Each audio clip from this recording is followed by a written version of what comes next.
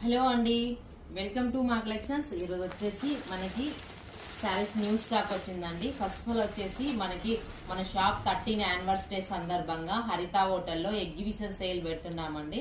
ఈ నెల సెప్టెంబర్ వచ్చేసి 20, 21, 22 డేట్స్ లో ఉంటది. చాలా బోల్డ్ అండ్ వెరైటీస్ వస్తున్నాయి. చూడండి ఎన్ని వెరైటీస్ వచ్చాయో. న్యూ స్టాక్ ఎగ్జిబిషన్ దసరా సందర్భంగా ఎగ్జిబిషన్ పెడుతున్నాము.